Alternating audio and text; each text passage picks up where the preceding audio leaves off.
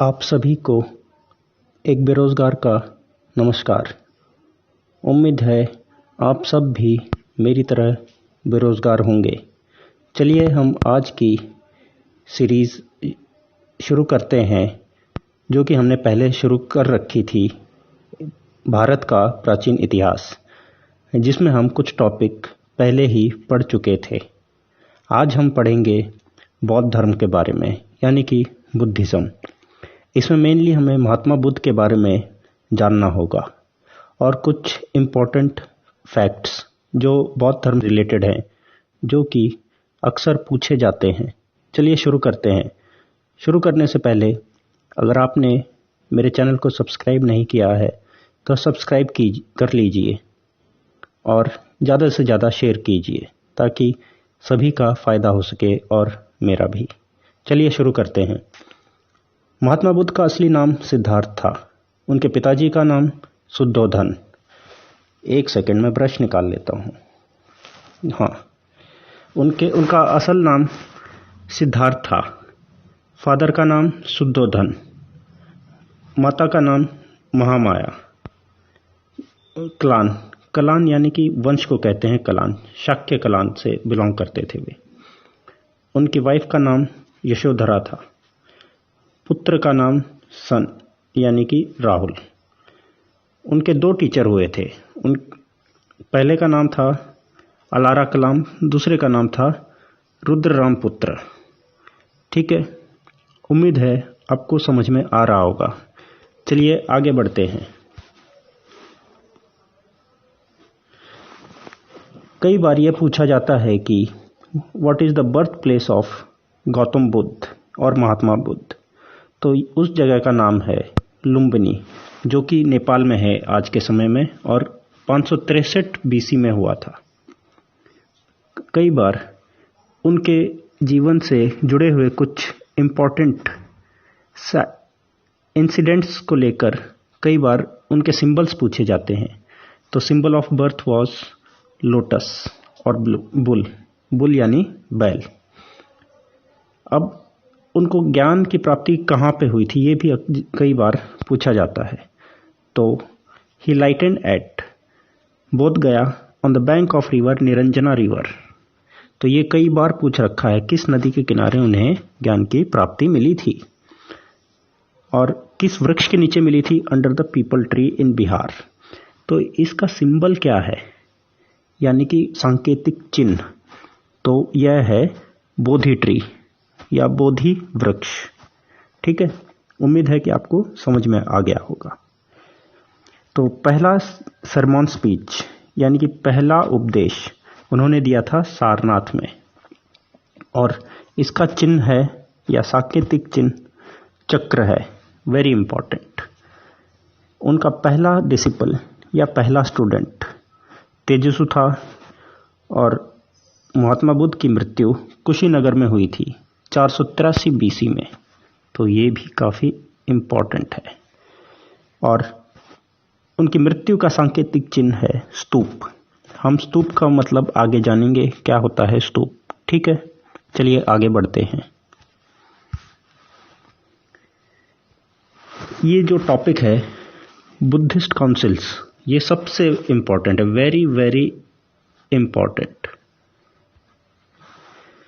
इसमें से अक्सर क्वेश्चन देखने को मिलता है, तो चलिए पढ़ते हैं।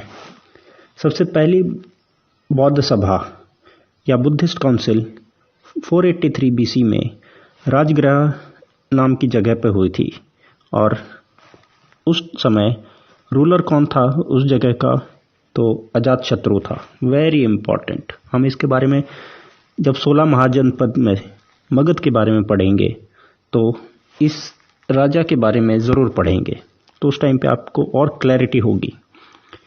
और अध्यक्ष कौन था इस बुद्धिस्ट काउंसिल में, महाकश्यप। इसके बाद ठीक 100 साल बाद हुई 383 बीसी में, 383 बीसी वैशाली। इसके कौन था राजा का नाम था कालाशोक, और अध्यक्ष का नाम था सबाकमी कई बार पूछ रखा है एग्जाम में। इसके बाद 251 बीसी में पाटलिपुत्र द्वारा, करवाई गई थी, तीसरी बौद्ध संगति। और किसने करवाई थी? महाराज या द ग्रेट, महान अशोक ने।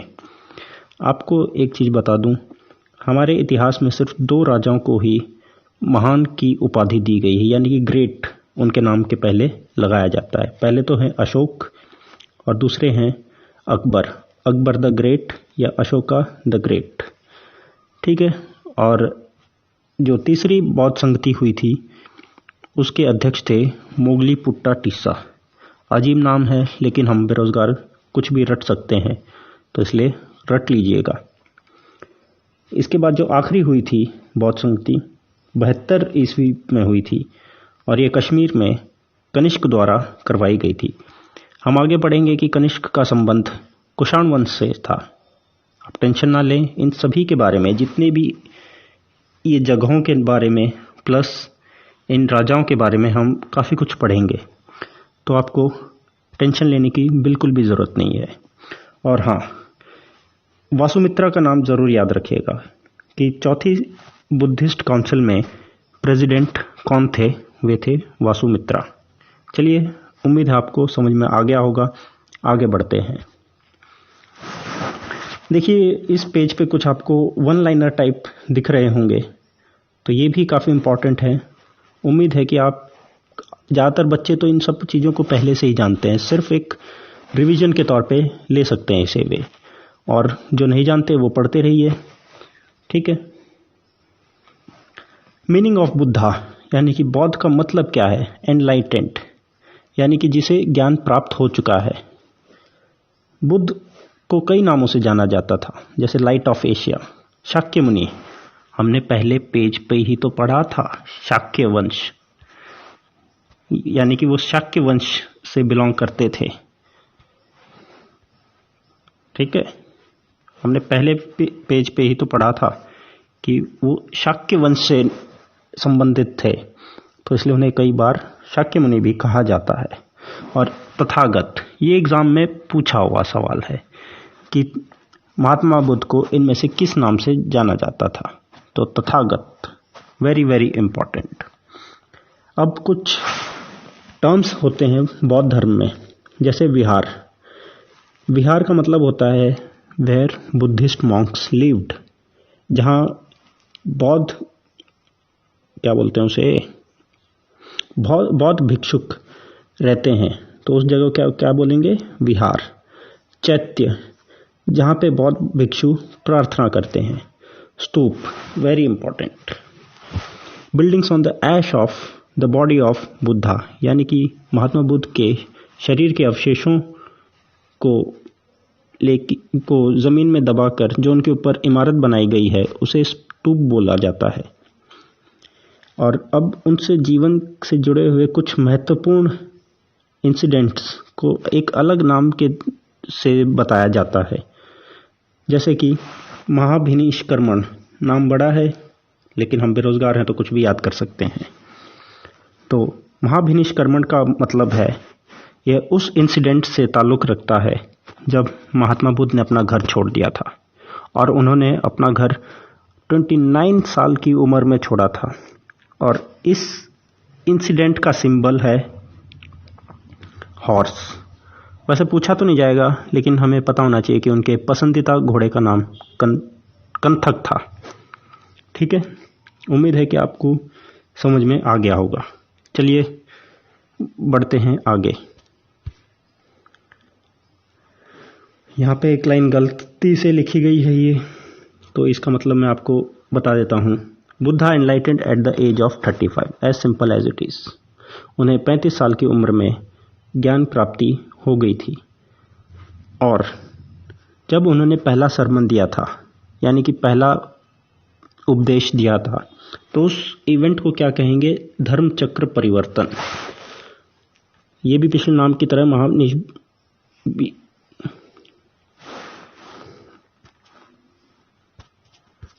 महाभिनिष्क्रमण की तरह बड़ा नाम है, लेकिन उम्मीद है कि आप याद कर लोगे इसे भी। धर्म चक्र परिवर्तन पहला सरमन कहा जाता है। फिर जब महात्मा बुद्ध की मृत्यु हुई थी, तो उस इंसिडेंट को क्या कहा जाता है? महापरिनिर्वाण यानी कि डेथ ऑफ बुद्धा।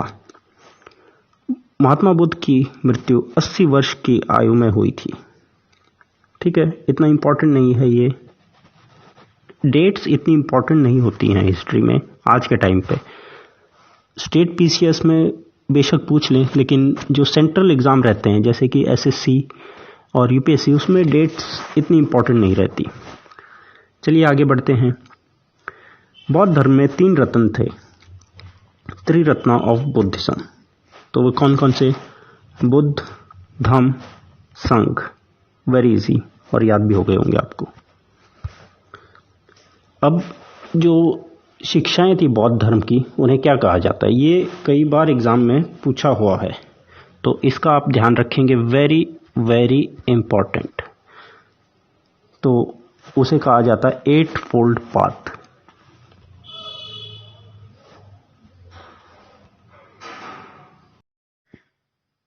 इसके बाद आता है बौद्ध धर्म में उनकी पवित्र पुस्तक यानी कि धार्मिक पुस्तक, उसे त्रिपिटका कहा जाता है। और ये किस भाषा में लिखी है? यह पाली भाषा में लिखी हुई है। और इसके बाद एक और किताब का नाम याद रख सकते हैं, जो कि है जातक कथा। इसमें महात्मा बुद्ध की लाइफ के बारे में बताया गया है, तो कई बार एग्जाम में पूछ सकते हैं। चलिए आगे बढ़ते हैं। जो 72 ईस्वी में बौद्ध धर्म की चौथी काउंसिल हुई थी, उसमें एक बहुत बड़ा कांड हुआ था। बौद्ध धर्म 2 कम्युनिटीज़ में डिवाइड हो गया था, पहली हिनायना और दूसरी महायाना। हिनायना में बुद्ध को भगवान या फिर गॉड की तरह नहीं माना जाता। वो मूर्ति पूजन में भी विश्वास नहीं करते। और ऐसी कंट्रीज़ हैं जहाँ पे हिनायना को माना जाता है, तो वे हैं लाओस और कंबोडिया। और वहीं महायान, वे महात्मा बुद्ध को भगवान की तरह पूजते हैं, यानी कि consider Buddha as a god. और they believe in idol worship, मूर्ति पूजन में भी विश्वास रखते हैं। और ऐसी कंट्रीज़ हैं भूटान, श्रीलंका आदि। धन्यवाद। इसी के साथ हमारा आज का लेक्चर ख़त्म होता है। अगले लेक्चर में हम 16 महाजनपद के बारे में पढ़ेंगे, और उसमें से सबसे इम्पॉर्टेंट है मगध, जिसमें से आपको कई बार क्वेश्चन देखने को मिलेंगे।